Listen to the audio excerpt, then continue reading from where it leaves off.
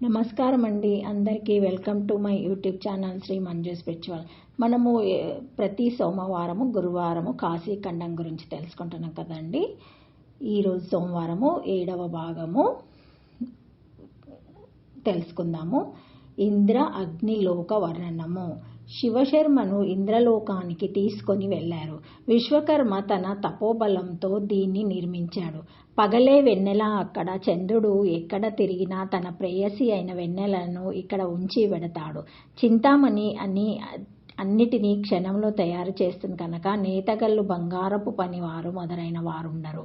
అన్నీ ఇచ్చే కామధేనువు ఉంది కనుక వంటవాళ్ళు ఉండరు. ఇంద్ర పదవి ఉత్కృష్టమైనది. 100 అశ్వమేధాలు చేస్తే ఇంద్ర పదవి లభిస్తుంది. అర్చిష్మతి, సమయమని, పుణ్యవతి, అమలావతి, గంధావతి, అలక, ఈశాన్య లోక స్వర్గంతో సమానము. ఇంద్రుడిని సహస్రాక్షుడు, దివస్పతి, శతమాన్యుడు అని పిలుస్తారు. నారదాది మహర్షులు తరచు వచ్చి ఆశీర్వదిస్తారు. అన్ని లోకాలకు స్థైర్యం, ధైర్యం ఇంద్రలోకమే. మహేంద్రుడు ఓడిపోతే 3 లోకాలు ఓడిపోయినట్లే. రాక్షసులు, మనుషులు, గంధర్వేక్షులు ఇంద్ర పదవి కోసం ఘోర తపస్సు చేస్తారు.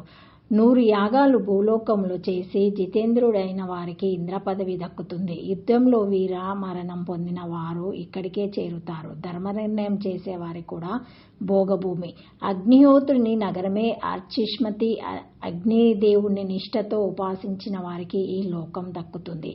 శీతాకాలంలో చలిబాధను తట్టుకొనలేకపోయే వారికి కట్టెలను దానం చేసిన వారు ప్రతి పౌర్ణమి నాడు ఇష్టులు ఆచరించేవారు ఇక్కడ నివసిస్తారు. అనాథ ప్రేతకు అగ్ని సంస్కారం చేసినా దాన్ని ప్రోత్సహించిన అగ్నిలోక ప్రాప్తి ఖాయము. గురువు, దేవుడు, వ్రతము, తీర్థము అన్నీ అగ్నిదేవుడే. అన్ని వస్తువులు అగ్నిస్పర్శతో పవిత్రమవుతాయి. అందుకే అగ్నికి పావనుడు అని పేరు వచ్చింది. శివశర్మ విష్ణుదూతలను అగ్నిదేవుడు ఎవరు అని ప్రశ్నించాడు.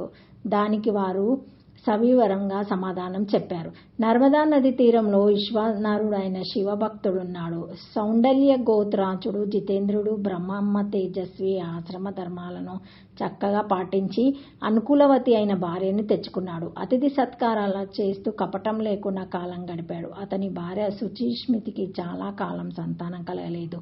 ఒకరోజు ఆమె భర్తను సమీపించి గృహస్థులకు ఉచితమైన తత్వాన్ని తనకు బోధించమని కోరింది.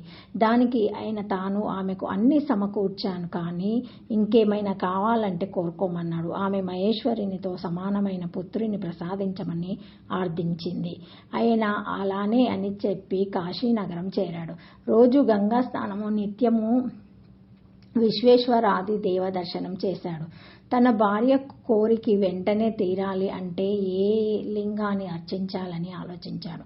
అక్కడ కాళేశుడు, వృద్ధకాళేశుడు, కులేశ్వరుడు, కామేశుడు, చందేశుడు, జ్యేష్ఠేశుడు, త్రిలోచనుడు, జంబుకేశుడు, జంగీషుడు, ద్వాదశమేధ ఘట్టంలోని ఈశ్వరలింగము, చండీగుడు, దృక్కేశుడు, గరుదేశుడు, గోకర్ణేశుడు, గణేశ్వరుడు, వీటిలో దేని అర్చించాలనే సందేహం కలిగింది. ఆ తర్వాత అతని దృష్టిలో గౌరీశలింగం, ధర్మేశలింగం, తారకేశ్వరలింగం, సర్వేశ్వరలింగం, బృహత్తరేశ్వరలింగం, విభూతేశ్వరలింగం, ఆద్యమేశ్వరలింగం, పరమత్వేశ్వరలింగం, బ్రహ్మేశలింగం, కేశారేశ్వరలింగం, భూతేశ్వరలింగం, మహాలక్ష్మేశ్వరలింగం, మరుటేశ, మోక్షేశ, గంగేశ, నర్మదేశేశ్వర, మార్కండేశ్వర, మణికర్ణేశ, రత్నేశ, సిద్ధేశ్వర, యమునేశ,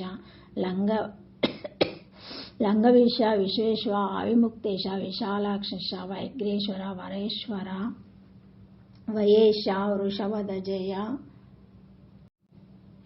వశిష్ఠేశ, శనేశ, ఇంద్రేశ, సంగమేశ, హరిచంద్రేశ, హరికేశ్వర, త్రిసందేశ, మహాదేవ, శివ, భవనీశ, కపర్దిశ, కందికేశ, మక్తేశ్వర, మిత్రవరినేశాల్లో ఎవరు తన కోరిక తీరుస్తారని మీమాంసపడ్డాడు.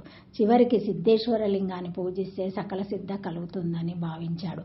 అక్కడే వీరేశ్వరలింగం ఉందని గ్రహించాడు. ఇదే ఉక్తమైన లింగం అని నిర్ణయించుకున్నాడు. దీనినే పూర్వం వేదశిరుడు అనే మహర్షి శతరుద్రీయ అభిషేకం చేసి శరీరారాయలింగత్వం పొందాడని జ్ఞాపకం చేసుకున్నాడు. అలాగే జయద్రాద్రుడు, విదురుడు, మున్నుగు వారి కోరికలను తీర్చింది ఈ లింగమే అని భావించాడు. అనేక రకాలైన నియమాలతో నిష్ఠతో వీరేశ్వరలింగాన్ని అభిషేకిస్తూ దీక్షగా సేవించాడు. అతని తీవ్ర తపస్సుకు మెచ్చి అతని తీవ్ర తపస్సుకు మెచ్చి బాలమహేశ్వరుడు ప్రత్యక్షమై వరం కోరుకోమన్నాడు. ఆయన్ను పరిపరి విధాల స్తుతించి తనకు ఈశ్వరుని తేజస్సు గల కుమారుని ఇవ్వమని కోరాడు.